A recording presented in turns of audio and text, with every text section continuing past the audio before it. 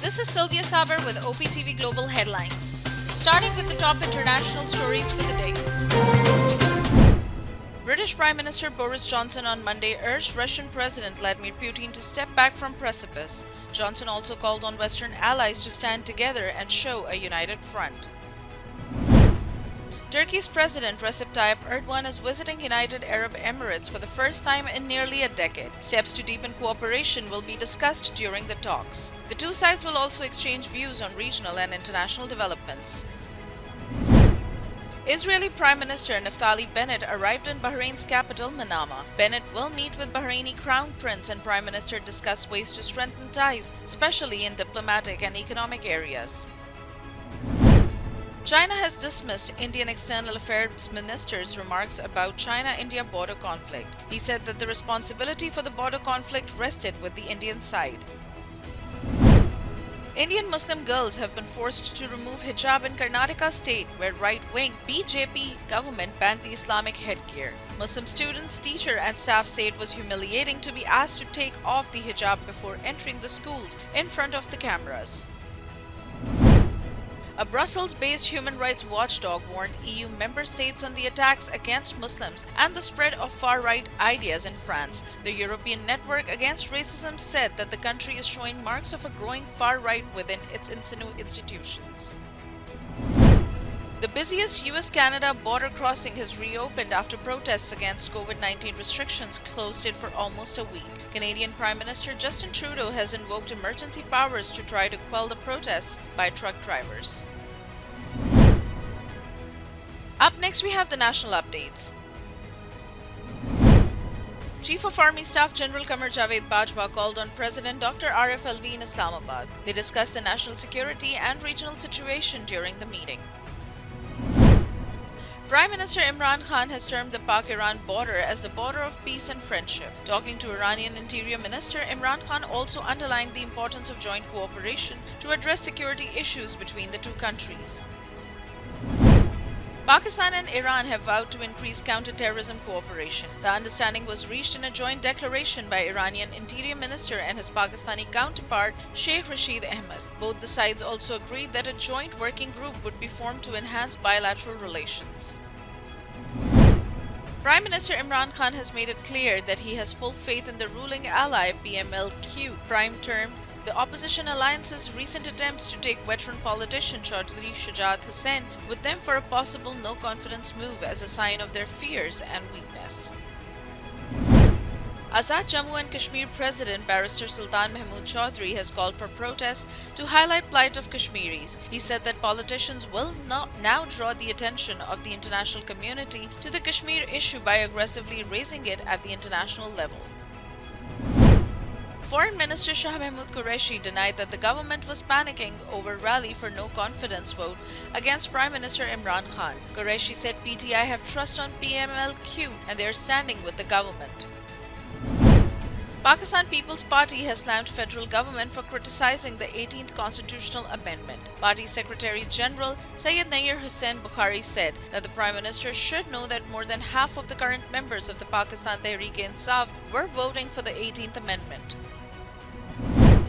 The Federal Investigation Agency has arrested a journalist for running trends against the Prime Minister on social media. Prime Minister Imran Khan has expressed displeasure over the incident trend that consisted of personal attacks. PMLN Vice President Maryam Nawaz criticized the incumbent government for arresting journalists for running trends against Prime Minister Imran Khan on social media. Maryam Nawaz says FIA should also refrain from being a puppet of the government. The National University of Sciences and Technology has developed a modern air quality monitoring station. NUST became the only university in the country to possess such a sophisticated piece of latest equipment. Lahore High Court Multan bench has acquitted prime suspect and real brother of social media star Qandil Baloch in her murder case. The court cancelled life imprisonment of Mohammad Wasim after submission of an affidavit of reconciliation agreement between the parties. Equal justice under law. We haven't yet lived up to that promise, marginalized communities across our nation. I'm Faisal Gill. I saw how the color of your skin, so I went to law school because I wanted to fight to make the law work for all, because I wanted to give back, because Black lives matter. Because we need to incarcerate less and educate more. Deserves justice.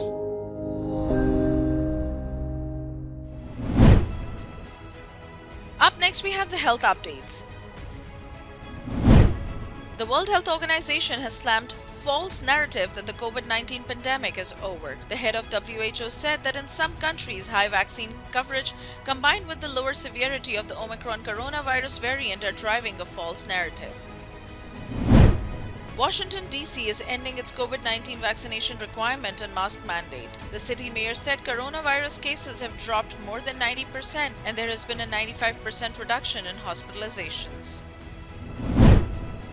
Up next, we have the updates on science and technology. The world's leading short-form video platform TikTok has removed more than 6 million videos from Pakistan for violating community guidelines. The platform removed 91,445,802 videos globally to protect the safety of the community and the integrity of TikTok. Up next, we have the sports updates. Quetta Gladiators all-rounder Shahid Afridi has decided not to play remainder of Pakistan Super League Session 7. The 41-year-old player said that his body is in serious pain. Karachi Kings were eliminated from the title race of the Pakistan Super League 7th edition after their 7th consecutive defeat. The Islamabad United defeated Kings by 1 run at Lahore's Gaddafi Stadium. Austria's Anna Gazer won a dramatic snowboard big air gold at the Beijing Olympics. New Sadowski Synod won the 2nd position and bronze went to Japan's Komoko Muray's.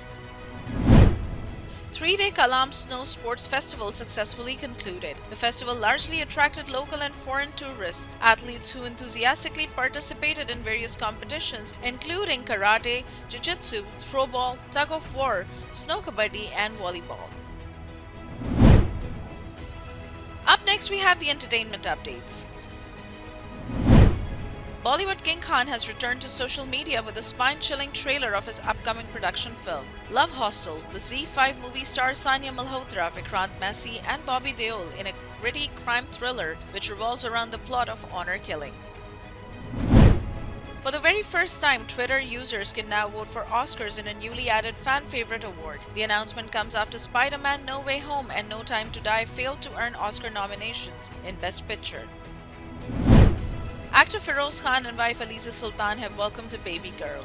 The couple has named their newborn Fatima Khan. The first glimpse of new $1 billion Amazon TV series Lord of the Rings, The Rings of Power is released. The series is thought to be the most expensive TV show ever made. Up next, we have the business updates. Afghanistan is preparing for the auction of US dollars in a move that is expected to strengthen the Afghan currency. The country's central bank, the Afghanistan Bank, said that it would auction about $10 million on Wednesday. Pakistanis may see another surge in fuel prices following fluctuations in global crude oil prices over the Russia-Ukraine crisis. Sources say petroleum prices may increase by Rs 12.33 per litre from February 16.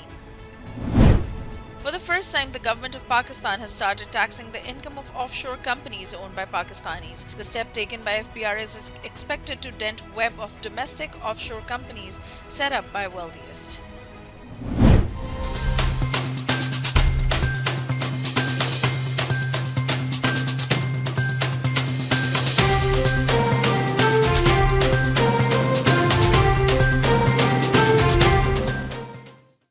Equal justice under law. We haven't yet lived up to that promise, marginalized communities across our nation. I'm Faisal Gill. I saw how the color of your skin, so I went to law school because I wanted to fight to make the law work for all, because I wanted to give back, because Black lives matter, because we need to incarcerate less and educate more. Deserves justice.